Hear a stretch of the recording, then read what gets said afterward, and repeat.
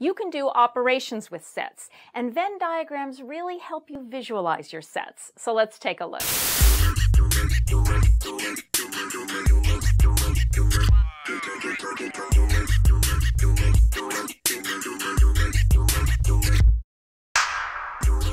Welcome to Math Bytes, I'm Allison, and today we're talking about Venn diagrams and operations with sets. A Venn diagram shows you the relationship between a finite collection of sets. So we have one here. Now you'll notice that the rectangle is labeled U. That stands for the universe, or the universal set. That means all the elements that we're considering. In this case, our universe is all the integers that are greater than 0 and less than 10.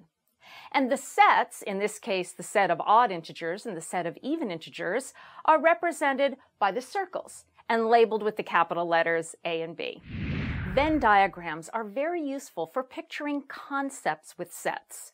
For example, if we want to picture the intersection of two sets A and B, we can see it this way.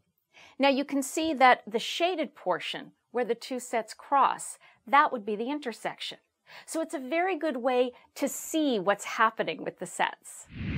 Let's talk about the complement of a set. The complement of a set A is written this way, A bar. And that is the set of all the elements in U that are not in A. So if we draw that in a Venn diagram, it would look like this. The shaded part is the complement of set A. It's everything in our universal set that isn't in A. So let's do a little example.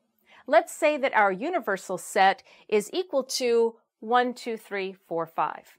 And our set A is equal to 2, 4. So the complement of A bar, is everything in our universal set that isn't in A. And that would be 1, 3, 5. Now let's talk about the difference of sets.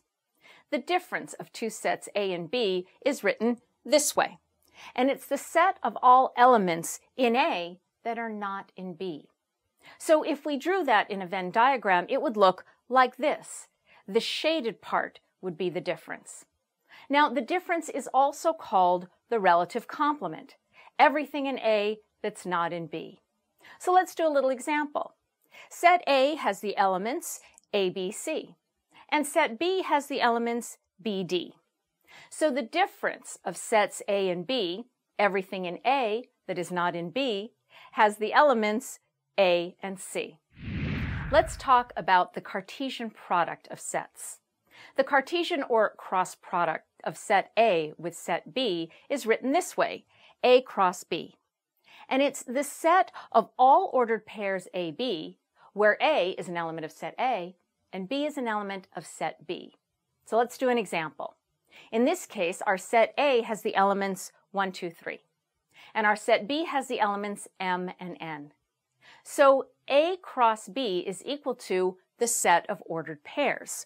1M, 1N, 2M, 2N, 3M, 3N.